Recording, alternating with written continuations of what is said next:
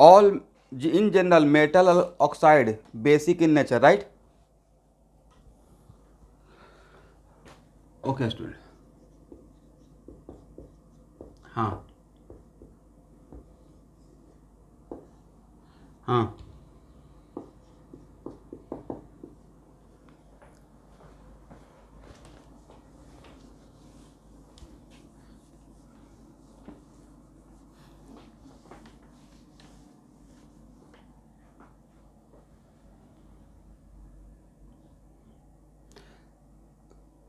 बिल्कुल करके दिखा सकते हैं। पूरा क्वेश्चन कौन सा था?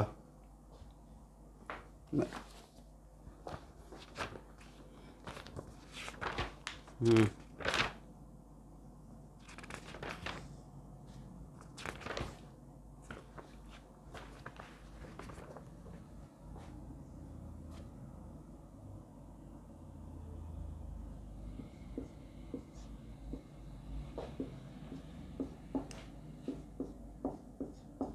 एक क्वेश्चन में ही बोल दिया गया था कि 1:1 का रेशियो मिलेगा। This is the condition of the problem, right?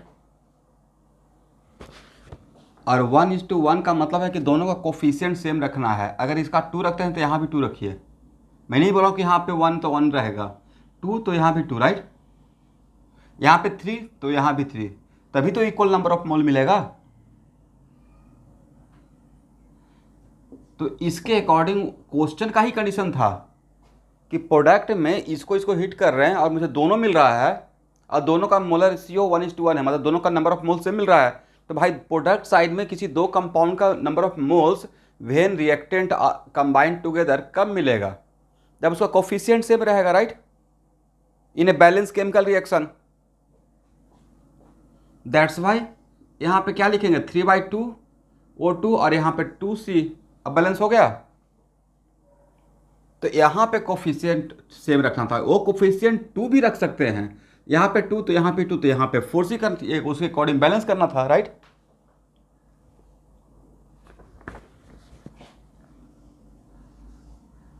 नहीं, this is the condition of the problem. इस बाद में रख सकते हैं, लेकिन इस प्रॉब्लम में बोला गया था कि ऐसा ऑब्जर्व किया गया कि 1:1 ही मिल रहा है। ये कब हुआ होगा? जब कोफिशिएंट भी सेम रहा होगा, राइट? और किनका कोई डाउट था, बोलिए। आपका डाउट था कि सर समझ में आ गया। एक्चुअली वेपर डेंसिटी मान लेते हैं, सिर्फ मैं पूछता हूँ what the vapour density of O2। तो भाई वेपर डेंसिटी तो एक क्या है, एक रिलेटिव टर्म है। वेपर डेंसिटी का मतलब होता है vapour density of one with respect to two, actually लिखना चाहिए, मतलब density of gas 1 by density of gas 2। Is it right? और pressure and temperature is keeping constant. But सिर्फ वेपर डेंसिटी ऑफ O2 लिख दें और ए नहीं बोले कि विथ रेस्पेक्ट टू होम, किसके रेस्पेक्ट में पूछा गया है, तो उस टाइम पे डिफॉल्ट में केमिस्ट्री में कन्वेंशन ले लिया गया with respect to hydrogen gas, समझे? इसलिए आज के बाद अगर वेपर डेंसिटी सिर्फ बोल के छोड़ दिया जाए, भाई कोई भी चीज़ रिलेटिव तब होना जब किसी के रेस्पेक्ट में कंपेयर करेंगे। एग्री? बट सिर्फ बोल रहे हैं वेपर डेंसिटी ऑफ ऑक्सीजन, किसके रेस्पेक्ट में? वेपर डेंसिटी ऑफ ऑक्सीजन का मतलब ऑक्सीजन हेवियर या लाइटर, किसके रेस्पेक्ट में? तो अगर किसके रेस्पेक्ट में नहीं मेंशन किया रहेगा तो 95% केस में मेंशन नहीं किया रहता है। तो आज के बाद मेंशन नहीं किया रहेगा, सिर्फ ऐसे लिखा रहेगा, इसका मतलब vapour, yes, vapour density of oxygen with respect to hydrogen, इसका मतलब ये है, समझे? ठीक है ना? तो vapour density of O2 with respect to hydrogen नहीं निकाल लेंगे, molecular weight of O2 divide by molecular weight of hydrogen, यही तो फार्मूला आया था, राइट? तो मॉलिकुलर वेट और हाइड्रोजन का मॉलिकुलर वेट कितना, 2, तो इस वजह से 2 आया था, समझे? ओके, और किसी को कोई डाउट? एक क्वेश्चन लिखिए, पहले आप क्वेश्चन लिख लेते हैं, नहीं तो क्लास ही नहीं आगे बढ़ेगा, फिर मैं आपको टाइम दूंगा। देखिए 7.5 litre of particular gas, 7.5 litre of a particular gas at STP having weight 16 gram, having weight 60 gram, 16.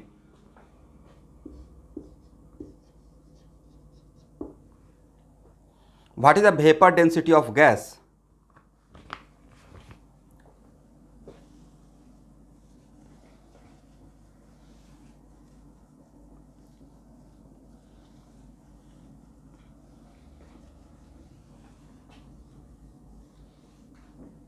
हाँ बोलिए स्टूडेंट, किसी का जो डाउट था, बाकी बच्चे प्रॉब्लम बनाएंगे, बोलिए तो।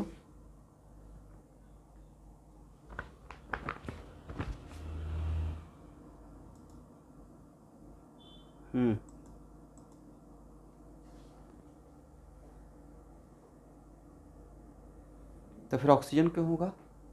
सॉल्ट बन के रह जाएगा, सिर्फ सॉल्ट बन के रह जाएगा, नहीं और नहीं कुछ बनेगा।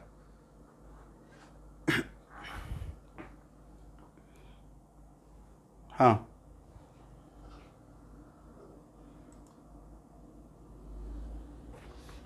लिखिए 7.5 litre of particular gas at STP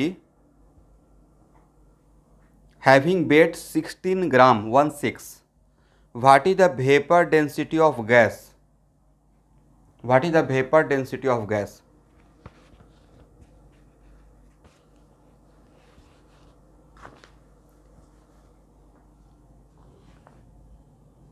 Thank you.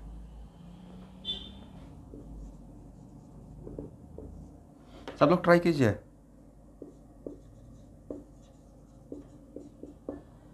कितना आपका आंसर आया है?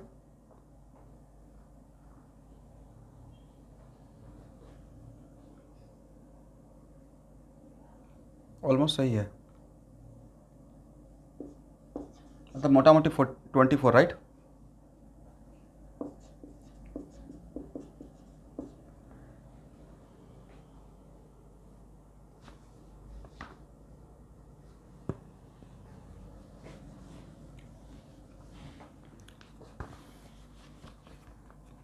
देखिए स्टूडेंट, इस क्वेश्चन को आपको वेपर डेंसिटी बता देते, सॉल्यूशन में ही था ना कि सर वेपर डेंसिटी तो निकल जाता अगर मॉलिक्यूलर वेट पता चल जाए। तो भाई number of moles equal to mass by molar mass लिख सकते हैं। हाँ या ना बोलिए, मास बाय मोलर मास, और number of mole equal to total volume by molar volume भी तो लिख सकते हैं। अगर मोलर वॉल्यूम का कंडीशन इसका सेम रहे, और तो यहाँ तो मोलर वॉल्यूम का हम लोग को वैल्यू भी पता है क्योंकि STP है, राइट? तो 7.5 बाई 22.4, क्योंकि जो 16 ग्राम था उसी का वॉल्यूम था 7.5, तो यहाँ से नंबर ऑफ मोल्स और यहाँ से नंबर ऑफ मोल्स डिफरेंट रहेगा या सेम रहेगा? सेम रहेगा। तो फ्रॉम फर्स्ट एंड सेकेंड क्या लिख सकते हैं? 16 by m equal to 7.5 by 22.4। यहाँ से m निकल गया स्टूडेंट, निकाल लीजिएगा, और m निकल जाएगा तो वेपर डेंसिटी पता चल जाएगा m/2। करेक्ट है?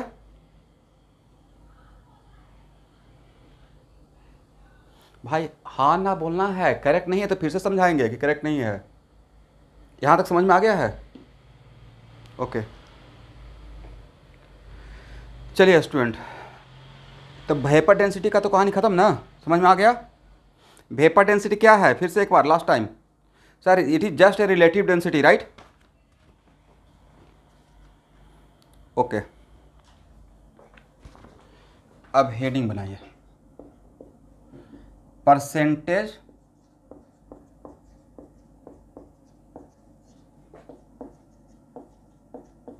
कंपोजिशन।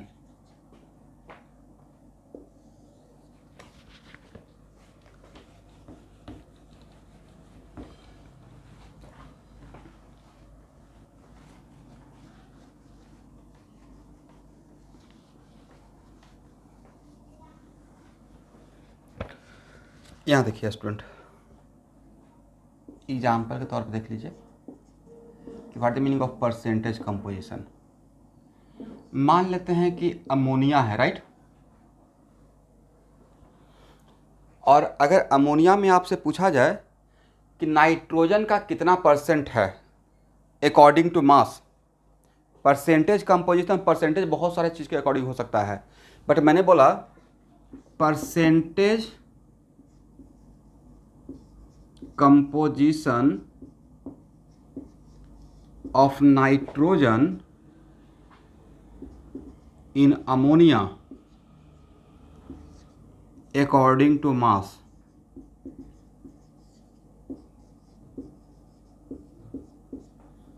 तो आपके दिमाग में आएगा कि ओके, अमोनिया में जितना भी मास है उसमें नाइट्रोजन का कितना मास है उसके अकॉर्डिंग बात किया जा रहा है, राइट। तो उसके लिए बेस क्या है कि उसका मोलर मास को पकड़ लेते हैं, राइट। अब अमोनिया का मोलर मास कितना है? 17 ना। और 17 में नाइट्रोजन का कितना ग्राम है? इसका मतलब 14/17 इंटू 100 कर सकते हैं। यस, तो ऐसे करना रहेगा। इसलिए आज के बाद अगर मैं किसी भी कंपाउंड के लिए अगर percentage composition of any element according to mass, तो mass of that element are divide by total mass into 100 करना है, राइट। इसका मतलब सर फार्मूला ये बनता, mass of given element are divided by total mass into 100, correct.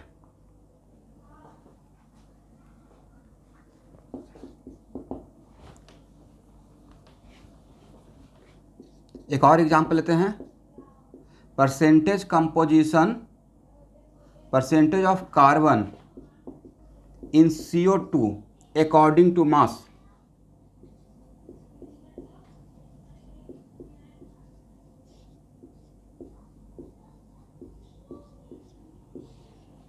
क्या होगा everyone?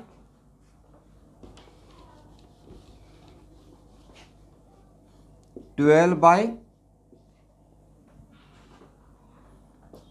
44 into 100, correct. निकाल लीजिएगा। तब पूछा जाएगा परसेंटेज ऑफ ऑक्सीजन, तो क्या करेंगे सर? 100 में से कार्बन का परसेंटेज माइनस करेंगे कि 2 ही तो है यहाँ पे, राइट। चलिए, percentage of calcium in calcium phosphate कितना होगा?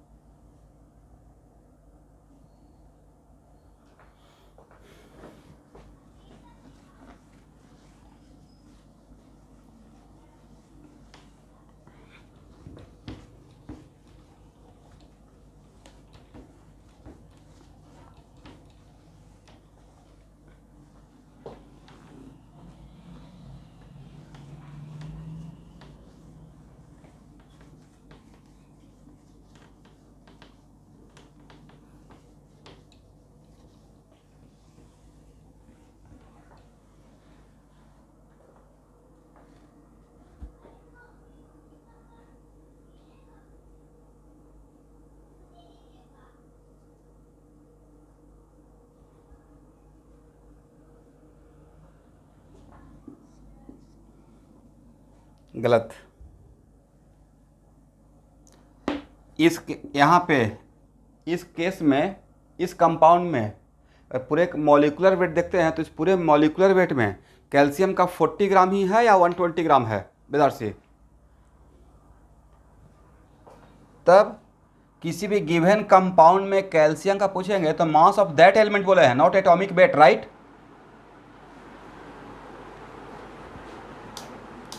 इसका मतलब है कि यहाँ पे लिखना चाहिए था 120 और टोटल मॉलिक्यूलर वेट कितना है एवरीवन?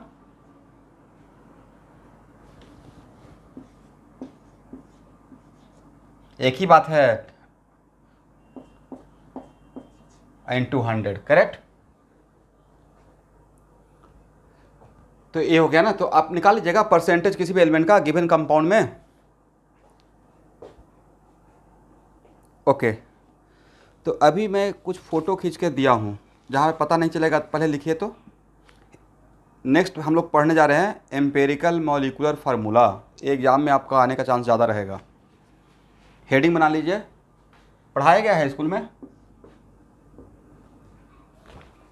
हाँ, तो यहाँ से एक क्वेश्चन रहने का चांस है, ठीक है।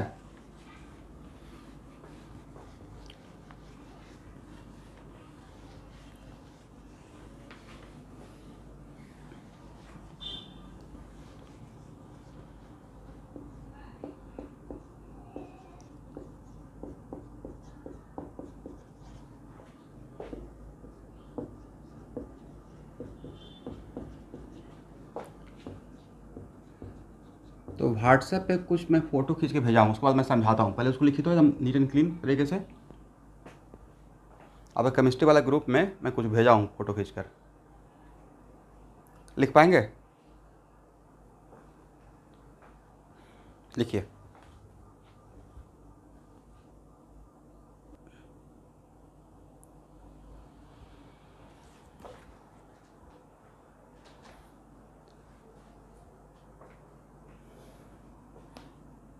Divide the percentage of each element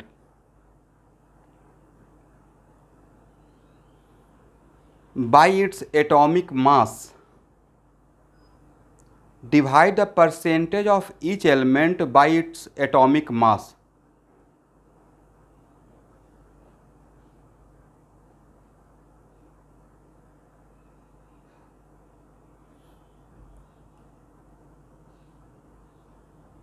अब एक मिनट रुकिएगा, यहाँ तक लिखने के बाद यहाँ देखिए स्टूडेंट, मेरे पास कोई कंपाउंड है, जिसमें 3 एलिमेंट है, ए, बी एंड सी, करेक्ट। इसका परसेंटेज है 60%, इसका परसेंटेज है 20%, और इसका परसेंटेज है 20%। ये परसेंटेज अकॉर्डिंग टू मास दिया हूँ। किसके अकॉर्डिंग दिए हैं? मास के अकॉर्डिंग। और तब बोला गया है कि सबके परसेंटेज को उसके एटॉमिक वेट से डिवाइड कर दीजिए। मतलब 60 by atomic weight of A, यही बोला गया है ना। 20 by atomic weight of B और 20 by atomic weight of C. इस लाइन का मतलब तो यही हुआ जो मैंने लाइन बोला।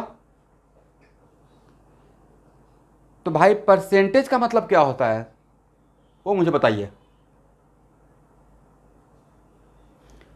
नहीं, परसेंटेज का मतलब होता है 100 में काम करना, किसी का 100 लेना, राइट। परसेंटेज का मतलब ये होता है 100 में काम करना। तो percentage according to mass A B C का लिया है, मतलब इन तीनों को मिलाकर 100 ग्राम लिए हुए हैं, राइट। जिसमें ए का 60 ग्राम है, बी का 20 ग्राम है, सी का 20 ग्राम है, जी राइट। ये तो लेमन लैंग्वेज है ना, बहुत एकदम आसान सा भाषा है। परसेंटेज मतलब 100 में काम करना, और परसेंटेज अकॉर्डिंग टू मास है, इसका मतलब है कि इसका इन तीनों को मिलाकर 100 ग्राम सोच रहा हूँ, और उस 100 ग्राम में ए का 60 ग्राम है, बी का 20 ग्राम है, सी का 20 ग्राम है, correct. But is it compulsory कि ऑलवेज मैं 100 ग्राम लेकर ही काम करूँ? ये तो परसेंटेज है तब ना, दूसरा भी तो हो सकता है, राइट। चलिए, उसके बाद बोला गया है कि इसको एटॉमिक वेट से डिवाइड कीजिए। तो भाई ये तो एटॉमिक 60 को एटॉमिक वेट से डिवाइड करेंगे, तो किसको डिवाइड कर रहे हैं एटॉमिक वेट से? तो आपके दिमाग में तो चलेगा परसेंटेज को, बट वो परसेंटेज क्या है सर? वो 60 ग्राम है आउट ऑफ 100 ग्राम, राइट। है तो मास। तो mass by atomic weight equal to what? Number of mole of atom है sir, right. Number of mole of atom है, जी राइट। ये भी क्या है? Number of mole of atom है। ये भी क्या है? Number of mole of atom है, करेक्ट। तो उसी को उस लाइन में कंटिन्यू कीजिएगा। सबको समझ में आ गया कि मैंने क्या बोल दिया? लिखिए, this gives moles of atom of different element. This gives moles of atom of different element in given compound. This gives moles of atom of different element in given compound। ये पहला पॉइंट था। ठीक है, second point लिखिए, yes, this gives moles of atom, this gives moles of atom of different element in the given compound, right. अलग अलग element का उस कंपाउंड में number of moles of atom मिल गया, लेकिन ये number of moles of atom कितना मिला, 100 ग्राम पूरा लिए हुए थे, राइट। चलिए सेकेंड पॉइंट, डिवाइड इस number obtained in step 1,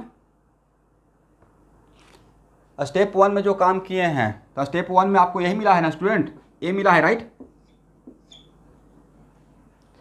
divide each number obtained in step 1 by a smallest number among all of them.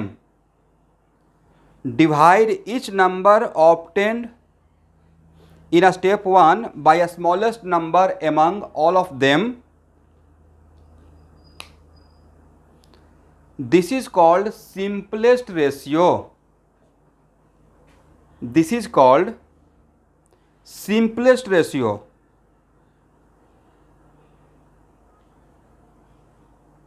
फिर से मैं बोल रहा हूं, डिवाइड इस number obtained in step 1 by smallest number among all of them, this is called simplest ratio.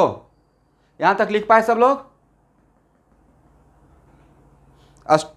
Third step, if any number obtain in step 2, यह step 2 का बात हो गया जो मैंने बोला था, राइट। स्टेप 2 में क्या मिला है, सिंपलेस्ट रेशियो, करेक्ट। लिखिए, if any number obtain in step 2 is not a whole number, if any number obtained in step 2 is not a whole number, then multiply these numbers by a suitable smallest integral value.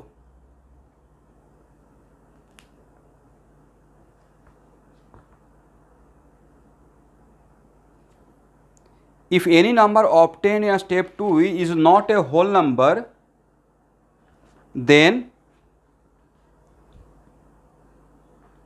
multiply all these number by a suitable smallest integral value, so that we get simplest whole number ratio, so that we get simplest whole number ratio.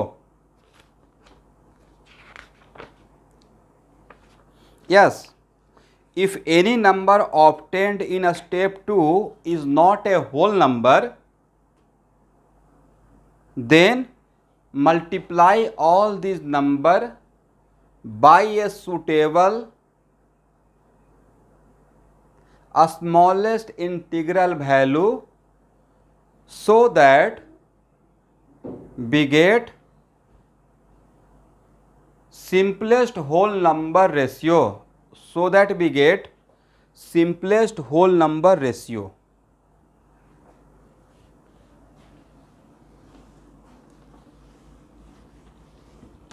Comma, note करके फिर नीचे एक और point लिखिए, this simplest whole number ratio gives empirical formula of the given compound.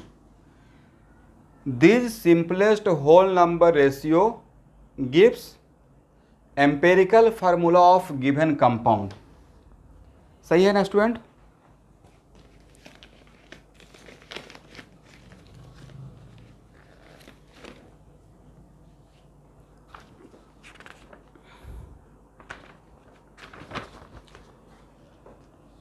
यहाँ देखिएगा, एक example लेते हैं, वहाँ से आपको ज़्यादा समझ में आएगा, ठीक है।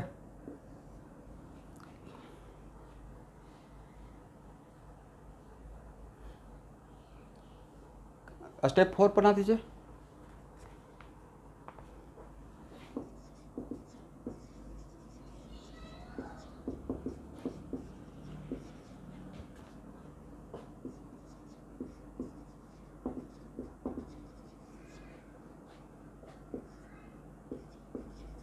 सब लोग लिखना स्टार्ट कीजिए।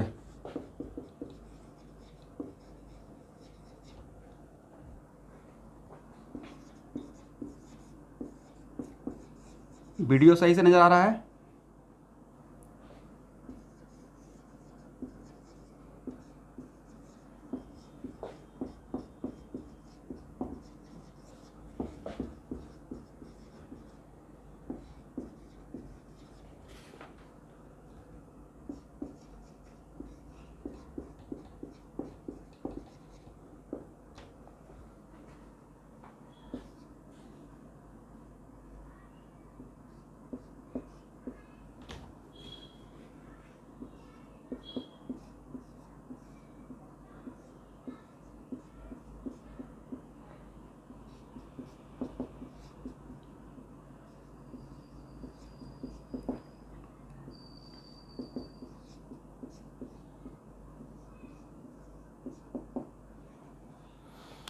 लिखिए, if vapour density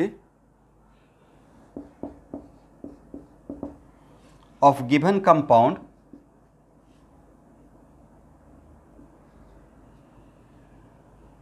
if vapor density of given compound is 59, calculate the molecular formula of compound. If vapor density of given compound is 59, calculate molecular formula of the compound.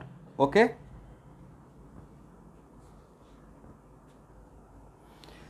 चलिए आप लोग लिख लीजिए, फिर इस क्वेश्चन को मैं सॉल्व करता हूँ। 54.228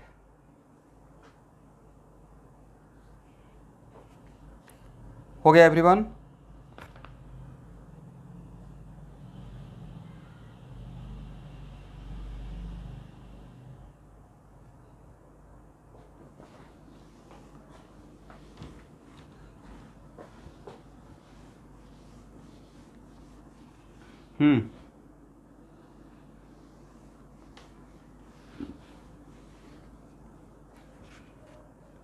अच्छा, आपको मैं बता दूंगा, यहाँ से देख लीजिए, सॉल्यूशन से ऑटोमेटिक आइडिया लग जाएगा और लैंग्वेज बना लीजिएगा। परसेंटेज कंपोजिशन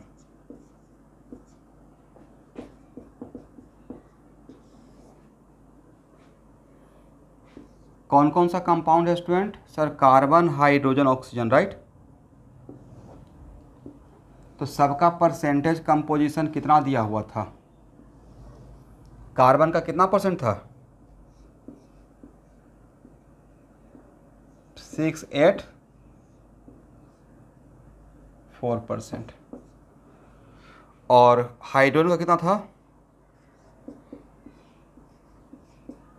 और ऑक्सीजन का था 54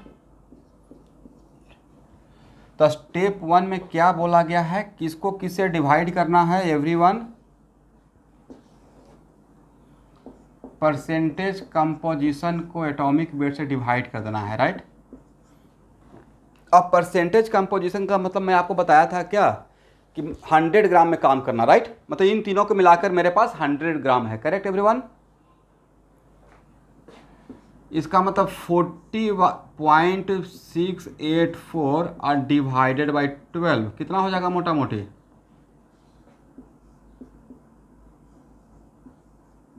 एग्जैक्ट डिवाइड करके बताइएगा कितना? 3.3 और 54.228 को 16 से डिवाइड कीजिए, कितना आया है? ओके। अब सेकेंड स्टेप में क्या बोला गया है? पहला स्टेप का काम हो गया ना एवरीवन? भाई इससे एक क्वेश्चन आएगा, ध्यान से देखिए। यहाँ तक स्टेप 1 तक कोई प्रॉब्लम है? तो जिनका भी क्वेश्चन छूट गया था उसका क्वेश्चन यही था, कार्बन, हाइड्रोजन, ऑक्सीजन का परसेंटेज कंपोजिशन दिया हुआ था, राइट। अब इसमें क्या बोला गया है कि सर यहाँ तक के बाद सबसे स्मॉलेस्ट वैल्यू से, सबसे स्मॉलेस्ट वैल्यू जो है उस वैल्यू से सबको डिवाइड कर देना है, राइट। तो वहां से मुझे सिंपलेस्ट रेशियो मिलेगा, उसको क्या बोलेंगे? Simplest ratio. यहाँ जो मिला है इसमें सबसे छोटा वैल्यू कौन सा है? तो 3.3 से डिवाइड करेंगे तो ए वैल्यू कितना मिल जाएगा? 3.3 बाई 3.3। एग्जाम में अगर आता है स्कूल का एग्जाम में तो ऐसे ही बॉक्स बना के सॉल्व करके भेजना है, ठीक है। 5.085 डिवाइड बाई 3.3 मोटा मोटी कितना?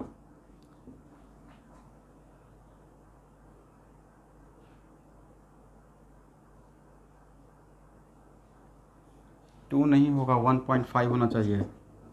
और 3.3 डिवाइड बाई 3.3 1, राइट। तो ये आपका क्या होल नंबर है, इसको हम लोग सिंपलेस्ट रेशियो बोले हैं। थर्ड स्टेप में क्या बोले कि जो आफ्टर गेटिंग सिंपलेस्ट रेशियो में अगर एक भी नंबर अगर होल नंबर नहीं है, 2 नंबर होल नंबर है, ये नंबर होल नंबर नहीं है, तो उसके बाद हम लोग इन सारे नंबर को ऐसा एक सुटेबल लेकिन स्मॉलेस्ट इंटीग्रल वैल्यू से मल्टीप्लाई करें so that we get simplest whole number ratio. This is the simplest ratio, right? Simplest ratio may or may not be whole number ratio, right? लेकिन sir यहाँ पे ही अगर मुझे मिल जाता क्या होल नंबर, करेक्ट, तो भाई यहाँ पे ही होल नंबर मिल जाता तो सबसे बढ़िया बात था, फिर ये वाला स्टेप करना हम लोग को बच जाता, राइट। तो सिंपलेस्ट रेशियो ही मेरा सिंपलेस्ट होल नंबर रेशियो बन जाता। But we are not so lucky person, right, कि यहाँ पे सारा होल नंबर है, यहाँ पे फ्रैक्शनल वैल्यू है। तब क्या करेंगे? तो सर एक काम कीजिए, कुछ स्टूडेंट्स सोचेंगे 4 से सबको मल्टीप्लाई करते हैं, तो 4 से मल्टीप्लाई करते हैं तो 4, ये हो जाएगा 6, ये हो जाएगा 4, राइट। बट मैंने आपको बोला है क्या कि एज यस, तो वही था वहाँ। तो सर यहाँ पे क्या करना है? सुटेबल स्मॉलेस्ट, राइट, मतलब apply your common sense, correct ना। तो फिर देखेंगे 4 से कम तो कोई नहीं है जिससे मल्टीप्लाई करने से होल नंबर बन रहा था, 2 है, राइट। इसको 2 से मल्टीप्लाई कर दें, 2 से मल्टीप्लाई कर दें 2, तब भी आप हम लोग को मिलेगा। इसका मतलब आपको खोजना है इसको होल नंबर बनाने के लिए suitable but smallest integral value, right. और वहां से जो मिलेगा उसको क्या बोलेंगे? Simplest whole number ratio, it right. ये बहुत टफ काम था, बच्चों का गेम है। ये 4 को बॉक्स का काम करना है, बहुत टफ है। यहाँ देखिए इसमें कितना से मल्टीप्लाई करेंगे? 1 into 2 equal to 2, 1.5 into 2 equal to 3 and 1 into 2 equal to 2, right. तो ये जो सिंपलेस्ट होल नंबर रेशियो है, यही सिंपलेस्ट होल नंबर रेशियो आपका एम्पेरिकल फार्मूला देगा, right. Simplest whole number ratio give, is it molecular formula या first it give empirical formula? Yes, तो empirical formula क्या होगा स्टूडेंट? तो सर अब लिखिए C2, आगे बोलिए। ये सर अब एम्पेरिकल फार्मूला तो मिल गया, अब मॉलिक्यूलर वेट पता चल जाए तो मैं n निकाल कर इसको मल्टीप्लाई करके मॉलिक्यूलर फार्मूला पता कर लूँगा, राइट। यहाँ तक स्क्रीनशॉट ले लीजिए फास्ट, टाइम बचाने के लिए।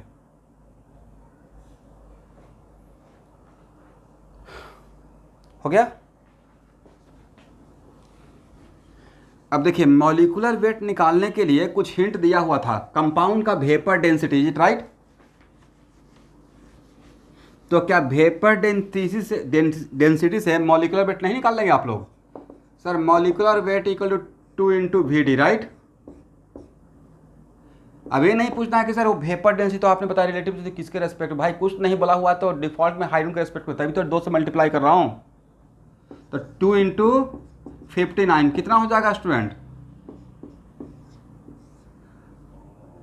118। तो बताइए molecular weight by empirical weight निकाल लेंगे ratio.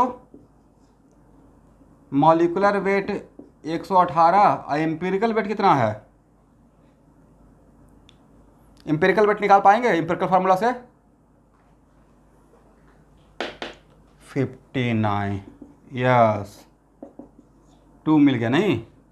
Then molecular formula equal to sir 2 into empirical formula, is it right. 2 into C2H3O2 कितना हो जाएगा? C4 H6O4, this is the molecular formula. समझ गए? हो गया ना? चलिए, यहां तक समझने में किसी को प्रॉब्लम? एक और क्वेश्चन सॉल्व किया जाए।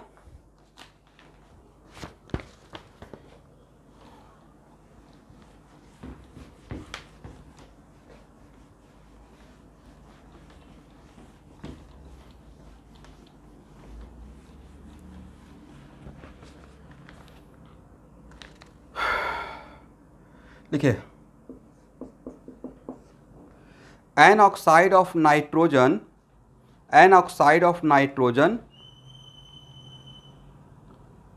gave the following percentage composition.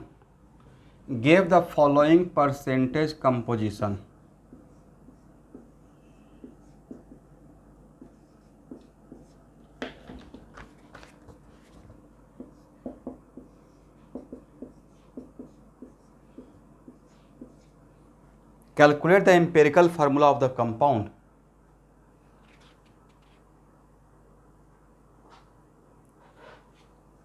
Yes, 94. It is 94. 25.94.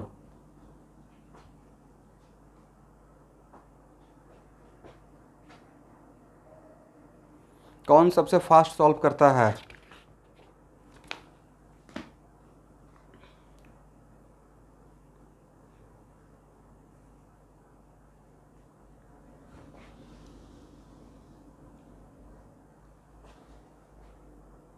क्या बोले?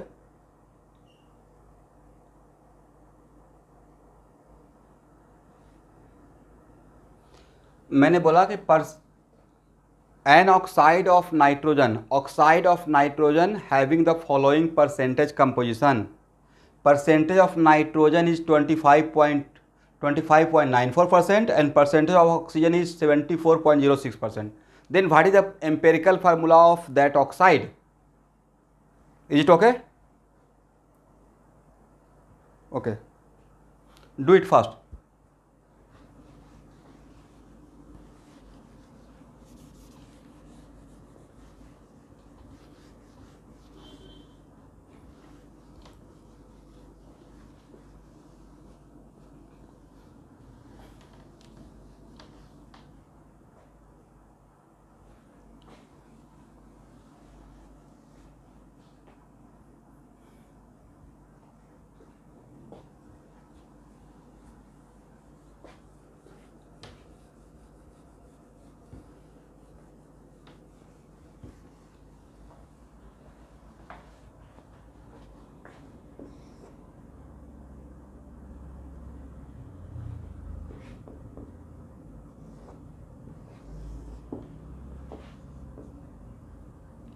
Very good.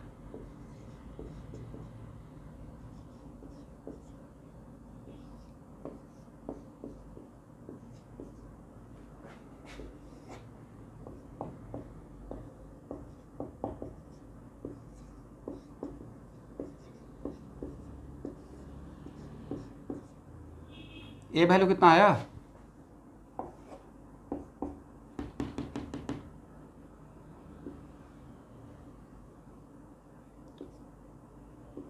1.8 और दूसरे का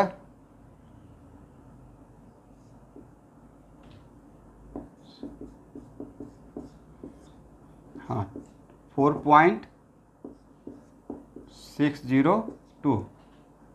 अब इसको डिवाइड किससे किए हैं?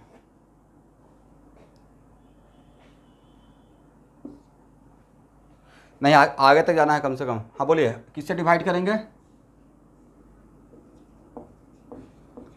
This gives simplest ratio, right? 1.8 by 1.8, ये मिल गया 2, और यहाँ पे 1.8 से डिवाइड करेंगे तो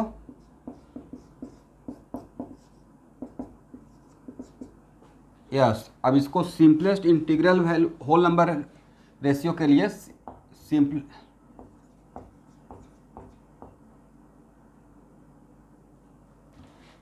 ओके। तो सिंपलेस्ट होल नंबर रेशियो तो इसमें 2 से मल्टीप्लाई करेंगे 2 और इसको भी 2 से मल्टीप्लाई करेंगे तो कितना हो जाएगा 2 और ये 5। Then what the empirical formula? Empirical formula is N2O5, correct ना? Next problem,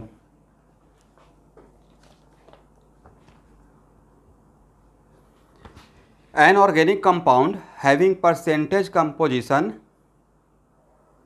an organic compound having percentage composition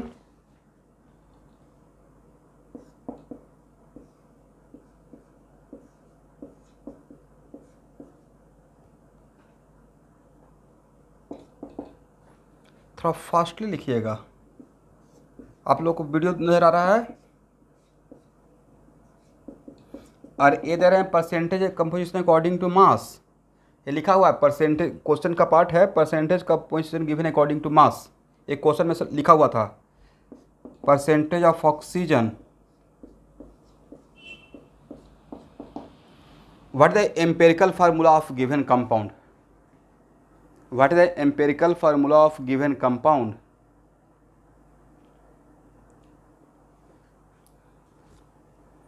कौन सबसे फास्ट सॉल्व करता है? 5.5, इट इज 5.5।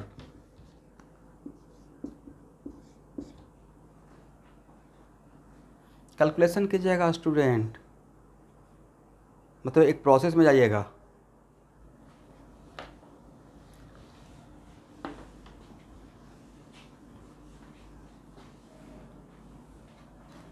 अभी इंट्रेंस लेवल पे नहीं आया हूँ, अभी बोर्ड लेवल का क्वेश्चन है, ठीक है?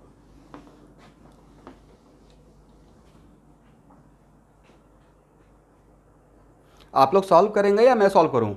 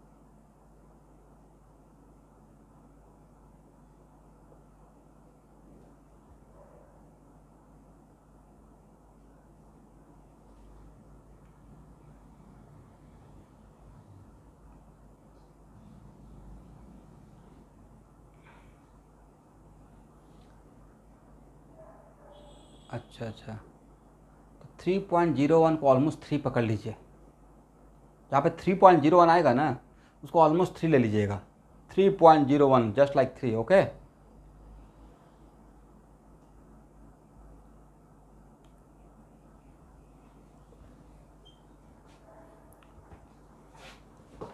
Very good, this is the answer.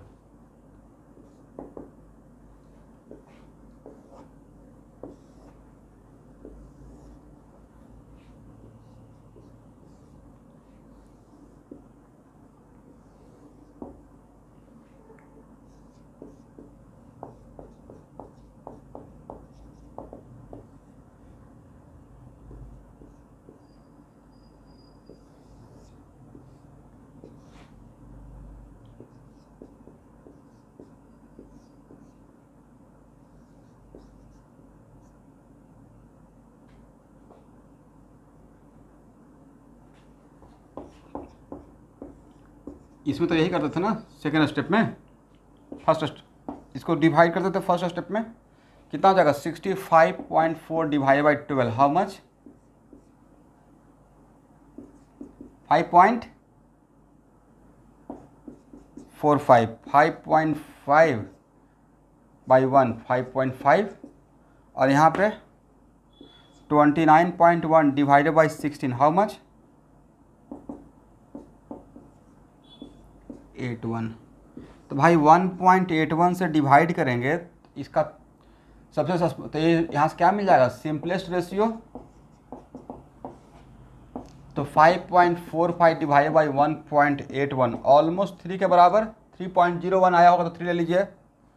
5.5 divide by 1.81 almost 3 और 1.181 डिवाइडेड बाई 1.81 1। तो यहाँ पे सिंपलेस्ट रेशियो ही मेरा सिंपलेस्ट होल नंबर रेशियो बन गया, राइट। इसका मतलब इस कॉलम का रिक्वायरमेंट है। अब शौक से लिखना चाहते हैं तो लिख सकते हैं, होता ना एकदम बिल्कुल फीलिंग लेकर काम करना कि नहीं अब होल नंबर रेशियो वाला अभी तक लिखना है तो 1 से मल्टीप्लाई 1 से मल्टीप्लाई कर लीजिएगा 3 3 and 1 then empirical formula becomes what C3O1। इसी का भैया आपको 4 मार्क्स मिल जाएगा। हो गया।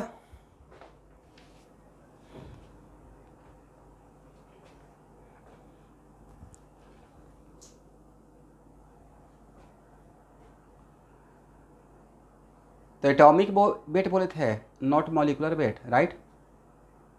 और number of moles of atom बोले थे। हाँ बोलिए पार्थो।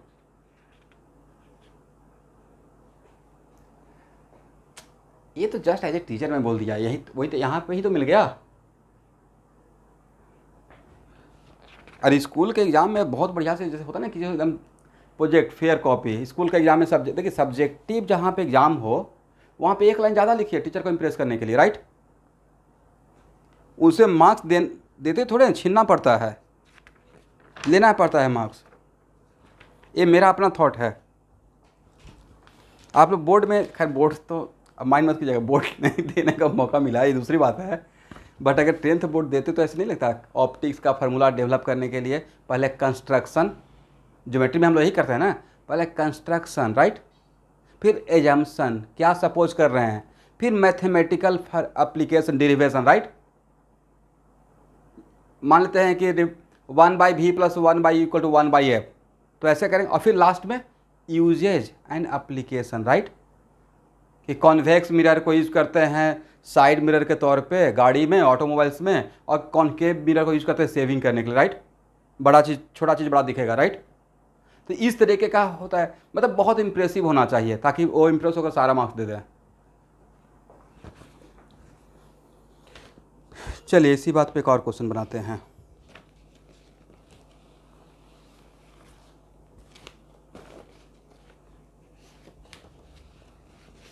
आपके पास कैटलिस्ट का असाइनमेंट तो होगा ही।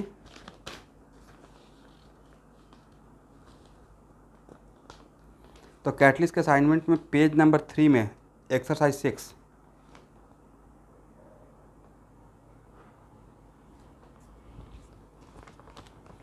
कैटलिस्ट के असाइनमेंट में पेज नंबर, आज जिनके पास नहीं है वो देखिए, नज़र आ रहा है, यहाँ देख लीजिए ना, स्क्रीनशॉट ले लीजिए।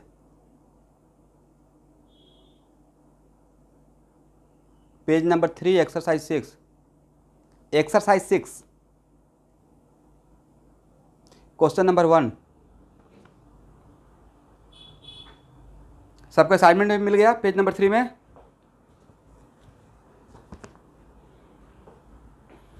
द क्वेश्चन यही है ना, the molecular formula of organic compound is 78।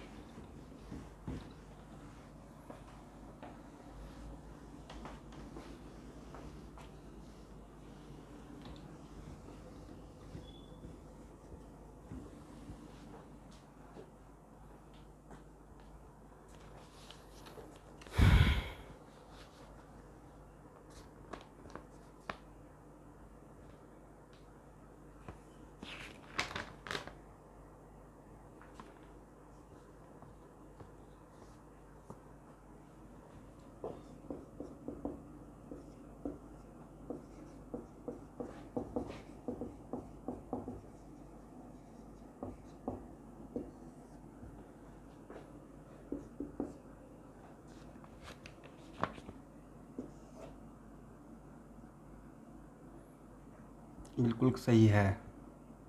Percentage carbon का कितना दिया हुआ था, 92.4 और हाइड्रोजन का 7.6। तो percentage come by divide by atomic wait करते हैं ना, तो 92.4 बाई 12 कितना हो गया स्टूडेंट, 7.7। और 7.6 बाई 1 मतलब 7.6, सबसे छोटा वैल्यू 7.6 है, तो डिवाइड करने से ऑलमोस्ट कितना हो जाएगा। तो सिंपलेस्ट रेशियो अगर निकालिएगा तो 7.7 डिवाइड बाई 7.6 ऑलमोस्ट 1, राइट। यह भी 7.6 बाई 7.6 ऑलमोस्ट 1, ये तो 1 ही है। तो इसका मतलब सर सिंपलेस्ट रेशियो ही मेरा होल नंबर रेशियो बन गया, right. Hence empirical formula is sir C1H1, correct. तो मॉलिकुलर फार्मूला के लिए क्या करेंगे, molecular weight divide by empirical weight कर दे एन निकालने के लिए, पता है ना। ये हो गया 6, यही तो एग्जाम्पल लिए थे। तो मॉलिकुलर फार्मूला इक्वल टू कितना हो जाएगा, N into empirical formula C1H1, और एन यहाँ पे आपका है 6। एन क्या था student, sir molecular weight empirical weight का रेशियो, राइट। कोई टीचर पूछेंगे एन क्या है तो नंबर ऑफ मोल मत बोल दीजिएगा। तो 6 इंटू C1H1 कितना हो जाएगा, C6H6, इज इट राइट। चलिए इसी बात पे क्वेश्चन नंबर 2 बनाइए। कौन सबसे फास्ट बनाता है,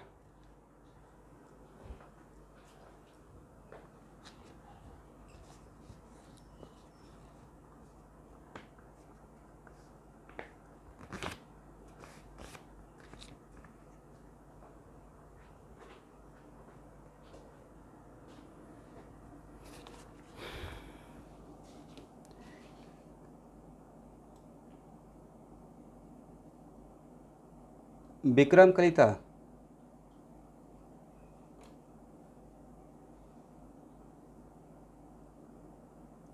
अभी तो आप लेट से ज्वाइन किए थे, सब कुछ कोप अप हो गया ना, कवर अप। नहीं उसको, नहीं उसको जल्दी सीख कीजिए, अब बहुत टाइम हो गया।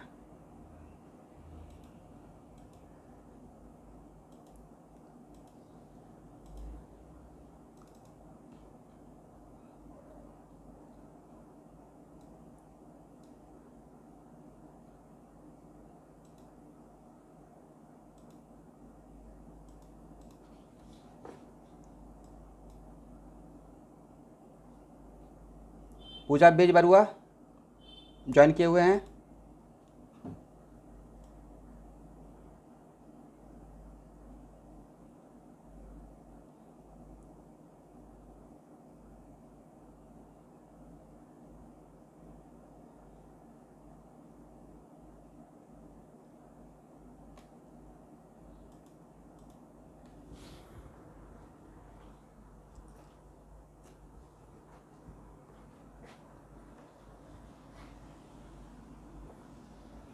जिनका भी मैं नाम लेता हूँ बीच में, जैसे अभी पूजा बेजरुआ का नाम लिए हैं, तो इनका अटेंडेंस है, लेकिन अभी आप पार्टिसिपेंट में दिख नहीं रहे हैं। या तो नेटवर्क इशू है, इसमें कुछ मैं कमेंट नहीं कर सकता हूँ, but I will request you कि every one should be present in class, not like कि आए चले गए। क्वेश्चन नंबर 2 आप लोग सॉल्व करेंगे या मैं सॉल्व करूँ,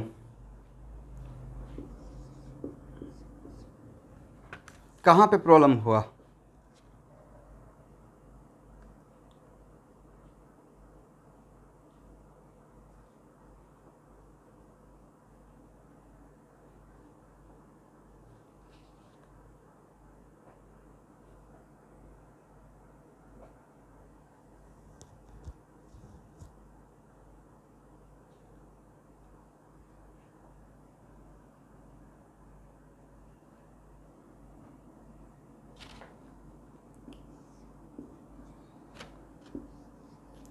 बोरॉन का कितना परसेंटेज है,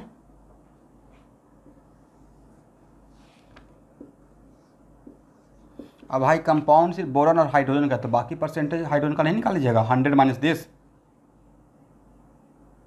तो 21 point 8%। Percentage by atomic wait, तो बोरोन का एटॉमिक वेट कितना है?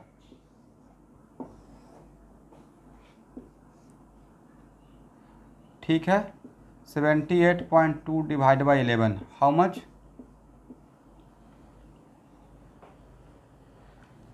7.1। और भी कुछ आगे बढ़ सकता है, देख लीजिएगा।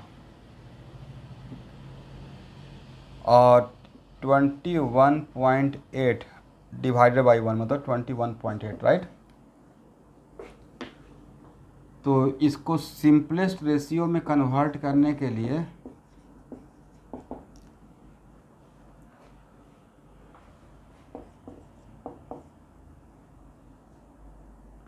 ऑक्सीजन नहीं है ना स्टूडेंट, क्वेश्चन है find the molecular formula of compound of boron with hydrogen.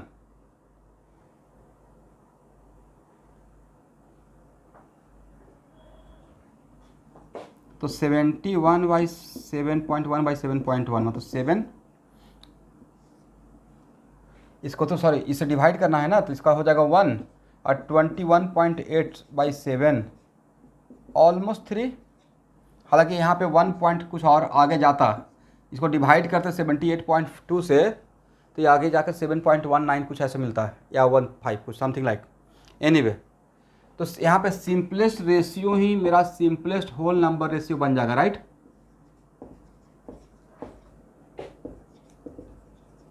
Whole, हाँ,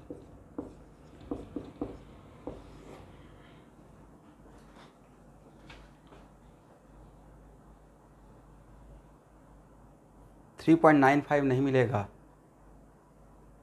3.99 मिला है एक्चुअली। आपको आपको नहीं, आपको क्यों मिला है 3.9, मैं बता रहा हूँ। ये 7.1 है ना, यहाँ पे 7.1 के बाद आपने कुछ छोड़ दिया है, सही से डिवाइड नहीं हुआ है, राइट। उसको आगे बढ़िएगा, 7 आपने एग्जैक्टली बताइए तो कैलकुलेट करके 78.2 डिवाइड बाई 11,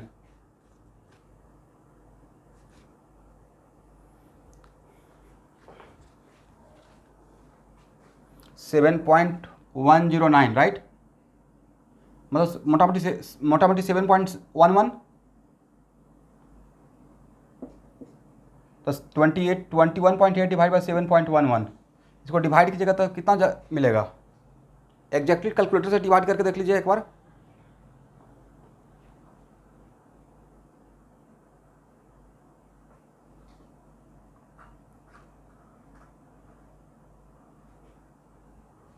तो यहाँ पे एक्चुअल में फार्मूला, एम्पेरिकल फार्मूला बन जाएगा मेरा B1H3, राइट, BH3 करेक्ट है ना। अब यहाँ उसके बाद क्या बोला गया है? Find the molecular formula. तो मॉलिक्यूलर फार्मूला तो तभी पता चलेगा ना जब मुझे मॉलिक्यूलर वेट पता चल जाएगा, राइट। और मॉलिक्यूलर फार्मूला के लिए क्या, उसके लिए क्या बोला गया है कि ये जो कंपाउंड मिला, इसका 1 लीटर, जो मेरा ये अभी आपका मेन कंपाउंड नहीं है तो एम्पेरिकल फार्मूला है, इसका जो भी ओरिजिनल कंपाउंड रहेगा उसका 1 लीटर का मास वही होगा जो नाइट्रोजन का 1 लीटर का मास रहेगा, राइट। ऐसा बोला गया, राइट। इसका मतलब ये हुआ, तो यहाँ से हम लोग को एक आइडिया आ गया। उन्होंने क्या बताया कि 1 litre of this compound having the same mass that of 1 litre of nitrogen at the same condition, right. तो भाई इसका एडवांटेज उठाएंगे ना। इसका मतलब यहां से 1 litre of given compound having same mass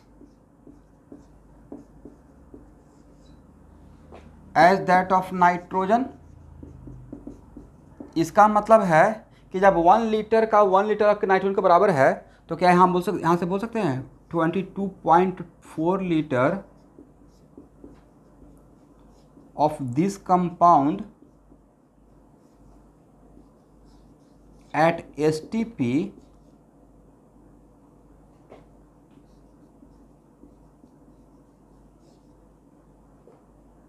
having the same mass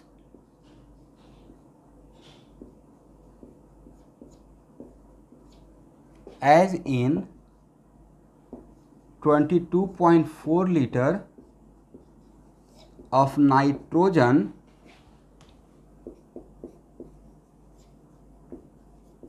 eight STP, condition same रखना है, करेक्ट ना। मैं यहाँ से इसका एडवांटेज उठाया उनके इन्फॉर्मेशन का। वो 1 लीटर के लिए बोले थे कि 1 लीटर में जितना मास रहेगा उतना ही मास नाइट्रोजन का 1 लीटर में रहेगा, नाइट्रोजन का एट STP। तो भाई इसका 22.4 लीटर एट STP पे जितना इसका मास रहेगा उतना ही 22.4 लीटर ऑफ नाइट्रोजन का STP पे मास रहेगा, राइट। और 22.4 लीटर में किसी भी गैस का जितना मास रहेगा वो तो 1 मोल का मास रहेगा, मोलर मास। इसका मतलब लॉजिक हो गया ना। ओके सर, उस कंपाउंड का मॉलिक्यूलर वेट नाइट्रोजन का मॉलिक्यूलर वेट के बराबर हो गया, राइट। इसका मतलब logic is that molecular weight of compound becomes equal to molecular weight of nitrogen. सबको समझ में आया। अब मॉलिक्यूलर वेट ऑफ नाइट्रोजन कितना है? 28, करेक्ट। तो मॉलिक्यूलर वेट पता चल गया तो n पता चल जाएगा। मॉलिक्यूलर वेट भाई empirical weight, molecular weight 28, empirical weight कितना? 14, करेक्ट। कितना हो जाएगा? 2, right. Then what is the molecular formula everyone? Yes, this is diborane. पढ़िए मेरे साथ एक बार, डाइबोरेन। तो मुझे लगता है इस क्वेश्चन में बस एक लाइन का ही कॉन्सेप्ट ये था कि आपको इसका मीनिंग समझना था, 1 लीटर वाला, राइट। तो आप लोग एक और क्वेश्चन ट्राई करेंगे, एक्सरसाइज 6 का क्वेश्चन नंबर 3। एक्सरसाइज 6 का क्वेश्चन नंबर 3। हाँ या ना? ट्राई नहीं करना है तो ब्रेक दे देंगे। चलिए तो मैं ब्रेक ले रहा हूँ, आप लोग बनाने के बाद ब्रेक लीजिएगा और आंसर बता दें। क्वेश्चन नंबर 3 का आंसर है C4H8। चलिए स्टूडेंट, आज लेकर आए। Thank you. हाँ बोलिए बोलिए। आज के क्लास में आप अकेले कीजिए। क्वेश्चन नंबर 3, लेकिन आप लोग बना कर उठिएगा। मैं व्हाट्सएप पे पूछूंगा आंसर आया कि नहीं आया। तब तक मैं ब्रेक लेता हूँ दूसरे क्लास के लिए।